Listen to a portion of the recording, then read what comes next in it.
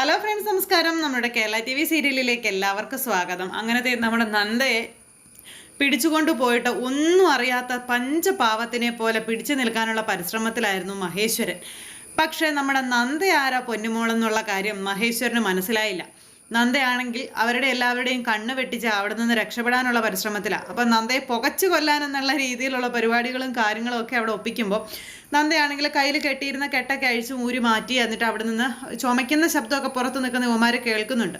അപ്പം നന്ദ ശരിക്കും ശ്വാസം മുട്ടി മരിച്ചു എന്നുള്ളൊരു രീതിയിലേക്ക് കാര്യങ്ങൾ കൊണ്ടുവന്ന് എത്തിക്കാൻ വേണ്ടിയിട്ട് അങ്ങനെ നന്ദയെ ആ ഒരു പുകയ്ക്ക് ഉള്ളിലേക്ക് ഇവമാരങ്ങ് തള്ളിയിട്ട് അവിടെ അങ്ങ് ഇരുത്തിയിരിക്കുകയാണ്. പക്ഷെ നന്ദ അവിടെ നിന്ന് ഈ കയറിൻ്റെ കെട്ടഴിച്ചതോ അവിടെ നിന്ന് രക്ഷപ്പെട്ട് പോരാനായിട്ട് ശ്രമിക്കുന്നതോ ഒന്നും ഈ മണ്ടന്മാർ അറിഞ്ഞില്ല.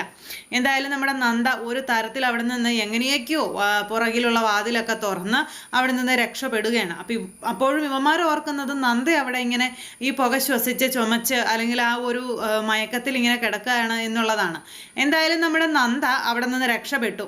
മഹേശ്വരനെയും അതുപോലെ വാവച്ചനെയും എല്ലാവരെയും തകർത്തെറിഞ്ഞുകൊണ്ട് നമ്മുടെ നന്ദ അവിടെ നിന്ന് തൻ്റെ ജീവനും കൊണ്ടോടി. ഈ സമയത്ത് ഇവിടെ കേക്ക് മുറിക്കാനായിട്ട് നന്ദ വരാത്തതിൻ്റെ ആ ഒരു ടെൻഷനും കാര്യങ്ങളുമായിട്ട് ലക്ഷ്മി ഇങ്ങനെ നിൽക്കുമ്പോൾ ലക്ഷ്മിയെ കളിയാക്കലും അങ്ങനെ പരിഹസിക്കലുമായിട്ട് പിങ്കിയും മോഹിനിയും എല്ലാവരും ഇവിടെയുണ്ട്. അപ്പോൾ ഇനിയും ഇത്രയും നേരമായി, ഇനിയും നന്ദയെ നോക്കി നിൽക്കാനൊന്നും സമയമില്ലെന്നൊക്കെ പറഞ്ഞുകൊണ്ട് മഹേശ്വരൻ വലിയ ഡയലോഗുകളും കാര്യങ്ങളും അങ്ങനെ അങ്ങ് ഇറക്കുന്നു. എന്നിട്ട് പിന്നെ മഹേശ്വരൻ പറഞ്ഞ അനുസരിച്ച് കേക്ക് മുറിച്ചേക്കാം എന്ന് പറഞ്ഞപ്പോൾ അമ്മയ്ക്കും മോനും ഭയങ്കര സങ്കടം, നന്ദയില്ലല്ലോ. അങ്ങനെ കേക്ക് മുറിക്കാനായിട്ട് മഹേശ്വരൻ വലിയ ആള് കളിച്ച് ഇങ്ങനെ വന്ന് നിൽക്കുന്നു. കേക്ക് മുറിക്കാനായിട്ട് ഈ കത്തി എടുത്ത് ഇങ്ങോട്ട് വെക്കുന്ന സമയത്ത് അയ്യോ മുറിക്കല്ലേ എന്ന് പറഞ്ഞുകൊണ്ട് നമ്മുടെ നന്ദ പിന്നാലെ ഓടി വരുന്നു. നന്ദ ഓടി വന്നപ്പോഴത്തേക്കും മഹേശ്വരൻ ഞെട്ടിപ്പോയി. അതുപോലെ തന്നെ അവരുടെ എല്ലാവരുടെയും സന്തോഷത്തോടെ ഇരുന്ന മുഖം വളിച്ചുപോയി. പക്ഷേ മരുമകളെ കണ്ട സന്തോഷത്തിലെ ലക്ഷ്മിയും അതുപോലെ ഭാര്യയെ കണ്ട ആ ഒരു ഇതിൽ നമ്മുടെ ഗൗതം ഇങ്ങനെ നിൽക്കുക. പക്ഷെ ഗൗതത്തിൻ്റെ മനസ്സിൽ അല്ലെങ്കിൽ മുഖത്ത് ചെറിയൊരു പരിഭ്രമമുണ്ട്, അല്ലെങ്കിൽ ഒരു പരിഭവമുണ്ട്. കാര്യം എന്താണ് നന്ദയ്ക്ക് സംഭവിച്ചത്, അല്ലെങ്കിൽ നന്ദ എങ്ങോട്ട് പോയി എന്നുള്ള കാര്യം ഗൗതത്തിനോട് പറഞ്ഞില്ലല്ലോ. അതിൻ്റെതായ ഒരു ദേഷ്യം എന്തായാലും ഗൗതത്തിനുണ്ടാവും. ആ ഇതിലിങ്ങനെ നിൽക്കുക. അപ്പോൾ ഈ നന്ദയെ കണ്ടപ്പോഴേക്കും പരിസരം പോലും മറന്നുപോയി ഇയാളിങ്ങനെ നിൽക്കുക കേട്ടോ. അച്ഛാ എന്തു പറ്റി, എന്നെ കണ്ടപ്പോൾ ഞെട്ടിപ്പോയോ? ഒരു കാര്യം ചെയ്യാം, അച്ഛൻ കേക്ക് മുറിക്കാൻ പറഞ്ഞു. പിന്നെ കേക്ക് മുറിക്കുന്നതിന് മുമ്പ് ഒരാളും കൂടി ഇന്നത്തെ ഈ ഒരു വിശേഷത്തിൽ പങ്കെടുക്കാൻ വന്നിട്ടുണ്ടെന്ന് പറഞ്ഞു. അതാരാണെന്ന് ചോദിച്ചപ്പോൾ അതൊക്കെ ഒരാളാണെന്ന് പറഞ്ഞ് ഞാൻ വിളിക്കട്ടെ എന്ന് ചോദിച്ചതേ വിളിക്കുക, ഇങ്ങ് വരാൻ പറഞ്ഞു. നോക്കുമ്പോൾ ആരാ? ഗാഥയെയും കൂട്ടിക്കൊണ്ടാണ് വരുന്നത്. ഗാഥയാണെങ്കിൽ പേടിച്ചാട്ടോ ഇങ്ങ് വരുന്നേ. അങ്ങനെ പതുക്കെ ഗാഥ ഇങ്ങ് വരുമ്പോൾ എല്ലാവരും ഇങ്ങനെ ഗാഥയെ തന്നെ നോക്കുന്നു. മഹേശ്വരൻ്റെ ഉള്ള ജീവൻ അങ്ങ് കത്തിപ്പോയി. കാരണം മകള് വന്ന് മുന്നിൽ നിൽക്കുന്നു. അച്ഛനെ കണ്ടു കഴിഞ്ഞപ്പോഴത്തേക്കും മകളിങ്ങനെ വല്ലാത്തൊരിതിലിങ്ങനെ നിൽക്കുന്നു. മകളെ കണ്ടു കഴിഞ്ഞപ്പോഴത്തേക്കും അതിനേക്കാളും വലിയൊരിതിൽ അച്ഛൻ. അപ്പം അച്ഛനിങ്ങനെ ഭയങ്കര ടെൻഷൻ അടിച്ച് നിൽക്കുന്നത് മകൾക്ക് മനസ്സിലായി. ഈ സമയം ഇനിയിപ്പോൾ ആരും തന്നെ വരാനില്ലല്ലോ. അപ്പോൾ ഇതാരാ, ഈ കുട്ടി ഏതാണെന്നൊക്കെ ചോദിച്ചു. അപ്പം ഞാൻ ഇങ്ങനെയൊക്കെ ഈ വീട്ടിലെ നിർത്താൻ വേണ്ടി കൊണ്ടുവന്നതാണ് തുടങ്ങിയ കാര്യങ്ങളൊക്കെ ഇങ്ങനെ പറഞ്ഞു. അപ്പോൾ ഈ ഗാഥയെ ഇവർക്കെല്ലാവർക്കും അറിയാമല്ലോ. അപ്പോൾ ഗാഥയ്ക്ക് അവിടെ ഭയങ്കര പ്രശ്നമാണെന്നുള്ള കാര്യങ്ങളും ഇതെല്ലാം അറിഞ്ഞ് ഇവരിങ്ങനെ നിൽക്കുക. എന്തായാലും ഇനിയിപ്പോൾ സമയം കളയേണ്ട, കേക്ക് മുറിക്കാനായിട്ട് പറഞ്ഞു.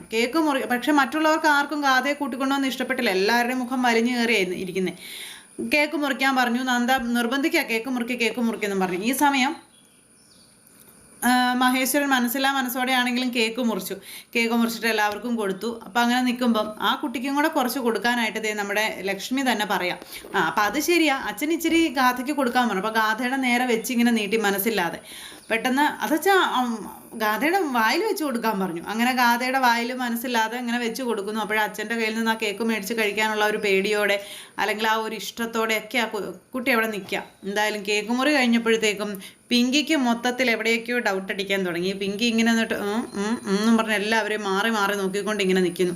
അങ്ങനെ നിമിഷ നേരം കൊണ്ട് നമ്മുടെ നന്ദ ഇങ്ങനെ രക്ഷപ്പെട്ടു പോകുന്ന നന്ദ എങ്ങനെ രക്ഷപ്പെട്ടു എന്നുള്ളത് അറിയാതെ ഒരു സമാധാനവും ഇല്ലാതെ മഹേശ്വരൻ കേക്ക് മുറിക്കലൊക്കെ കഴിഞ്ഞ് അങ്ങ് പോയി. പിന്നെ നന്ദയോ എല്ലാവരോടും പറഞ്ഞു കുറച്ച് ദിവസം ഗാഥ ഇവിടെ ഉണ്ടാവും കേട്ടോ, അപ്പോൾ എല്ലാവരും ഗാഥയെ ഒന്ന് അംഗീകരിക്കണം അങ്ങനെയൊക്കെ പറഞ്ഞു. അപ്പോൾ ഇത് കഴിഞ്ഞപ്പോഴത്തേക്കും ഗൗതത്തിൻ്റെ മനസ്സിലും ആകെ ദേഷ്യം, ഗൗതത്തിൻ്റെ മുഖമൊക്കെ വല്ലാതിരിക്കുക. അപ്പോൾ ഗൗതത്തിനോട് ഇതൊന്നും ആലോചിക്കാതെ നന്ദ എടുത്തുചാട്ടം ചെയ്തതുകൊണ്ടാണ്.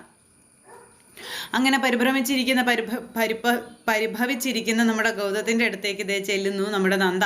ചെന്നിട്ട് ഉള്ള കാര്യങ്ങൾ ഇങ്ങനെ പറഞ്ഞു. അപ്പോൾ അത് കേട്ട് കഴിഞ്ഞപ്പോൾ ഗൗതം ഞെട്ടിപ്പോയിട്ടോ. ഗൗതം ശരിക്കും ടെൻഷനായി.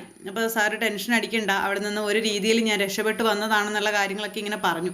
എന്തായാലും അതൊക്കെ കേട്ട് കഴിഞ്ഞപ്പോൾ ഗൗതം കുറച്ച് ഒതുങ്ങി. ഗൗതത്തിന് പിന്നെ പ്രശ്നങ്ങളോ കാര്യങ്ങളോ വലിയ കാര്യമായിട്ടുണ്ടായിരുന്നില്ല. അങ്ങനെ ഒരു അവസ്ഥയിൽ നിന്ന് രക്ഷപ്പെട്ട് മറ്റൊരു കുട്ടിയുടെ ജീവിതവും ജീവനും രക്ഷിക്കാനായിട്ടാണല്ലോ നന്ദ പരിശ്രമിച്ചത്. അതുകൊണ്ട് തന്നെ ഗൗതത്തിന് അത്രയും ദേഷ്യമൊന്നും പിന്നെ വന്നില്ല. ലക്ഷ്മി ആണെങ്കിലും ഈ ഗാഥയോട് വളരെ കാര്യമായിട്ട് തന്നെ ഇടപെടുന്നത്. പക്ഷെ ബാക്കിയുള്ളവരെല്ലാവരും ഗാഥ ഒരു ശത്രുവിനെ കാണുന്നത് പോലെയാണ് കാണുന്നത്.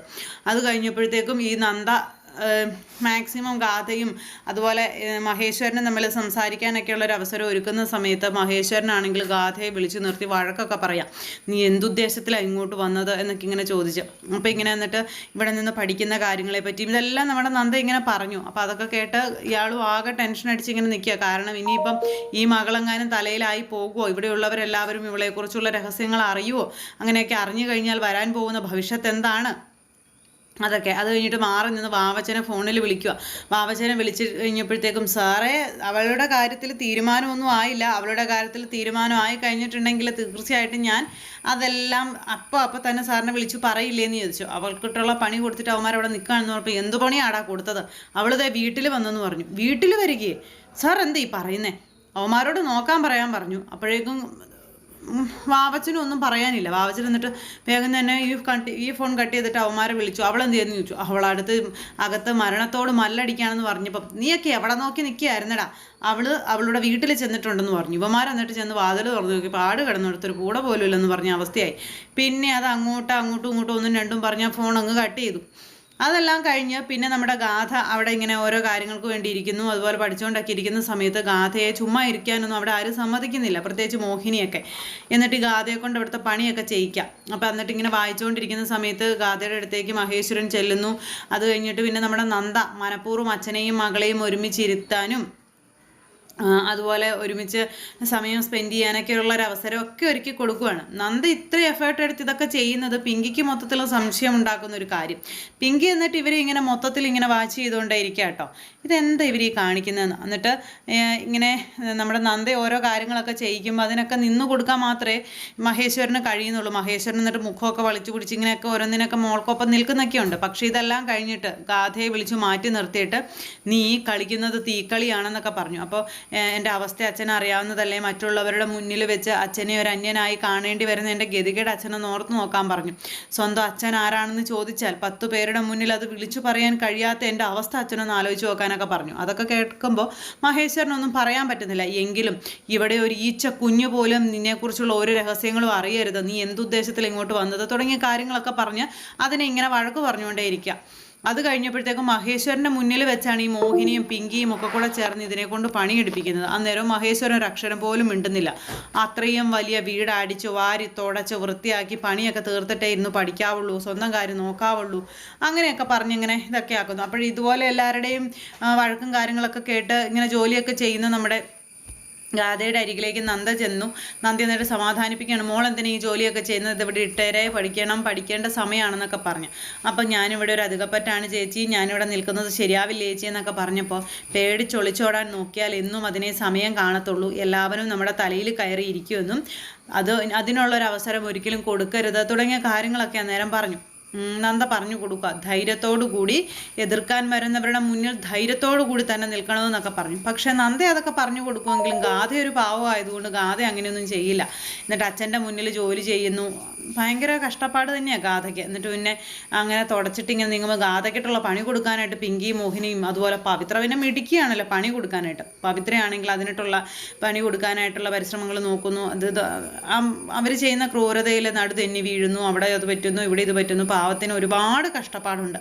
അങ്ങനെ എല്ലാ പ്രതിസന്ധികളും തരണം ചെയ്ത് അവിടെ നിൽക്കേണ്ട ഒരു അവസ്ഥയായതുകൊണ്ട് ഗാഥ അതെല്ലാം സഹിച്ചും ക്ഷമിച്ചും ആ ഇന്ദീവരം തറവാട്ടിൽ നിൽക്കാൻ തന്നെ തീരുമാനിച്ചു. അവിടെ ആകെ താങ്ങും തണലുമായിട്ടുള്ളത് നന്ദ മാത്രമാണ്. നന്ദയുടെ കണ്ണൊന്ന് തെറ്റിയാൽ ഇതിനെ കുത്തി വലിക്കാൻ പാകത്തിനാണ് പിങ്കിയും മോഹിനിയും പവിത്ര ഇവരെല്ലാവരും നിൽക്കുന്നത്. ലക്ഷ്മിയാണെങ്കിൽ പിന്നെ കൂടുതലായിട്ട് ഒന്നിനും പോകുന്നില്ല. കാണുമ്പോൾ ആ കൊച്ചിനോട് മര്യാദയ്ക്ക് വർത്തമാനം പറയും, പക്ഷേ അങ്ങനെ വലിയ ആത്മാർത്ഥതയോ കാര്യങ്ങളൊന്നും കാണിക്കുന്നില്ല. അപ്പോൾ ഇതിനെക്കുറിച്ച് കൂടുതൽ കാര്യങ്ങളൊന്നും അറിയില്ലല്ലോ. എന്തായാലും മൊത്തത്തിൽ കാര്യങ്ങളെല്ലാം വേറൊരു വഴിക്കാണ് ഇനി സഞ്ചരിച്ചുകൊണ്ടേയിരിക്കുന്നത്. എന്താ പറയുന്നത്, കൊത്തിയ പാമ്പിനെ കൊണ്ട് തന്നെ വിഷമിറക്കിക്കുക എന്നൊക്കെ പറയില്ലേ, അതുപോലെ ചെയ്ത പാപത്തിന് സ്വയം ശിക്ഷിക്കുകയാണ് ശരിക്കും പറഞ്ഞിട്ടുണ്ടെങ്കിൽ മഹേശ്വരനെ കൊണ്ട് നമ്മുടെ നന്ദ. അപ്പോൾ അങ്ങനെയൊക്കെയുള്ള ഒരു സിറ്റുവേഷനും കാര്യങ്ങളൊക്കെ കൂട്ടിയിണക്കിക്കൊണ്ട് അത്യുഗ്രൻ എപ്പിസോഡായിട്ടാണ് നമ്മുടെ നാളത്തെ തൊട്ടുള്ള കഥകൾ വരുന്നത്. അപ്പോൾ എല്ലാവരും കാത്തിരുന്ന് കാണണം. എല്ലാവർക്കും നല്ലൊരു ദിവസം ആശംസിക്കുകയാണ്. സൂപ്പർ ഹിറ്റ് കഥകളുമായി കാണാം. എല്ലാവർക്കും നന്ദി. See again. Take care. Bye by.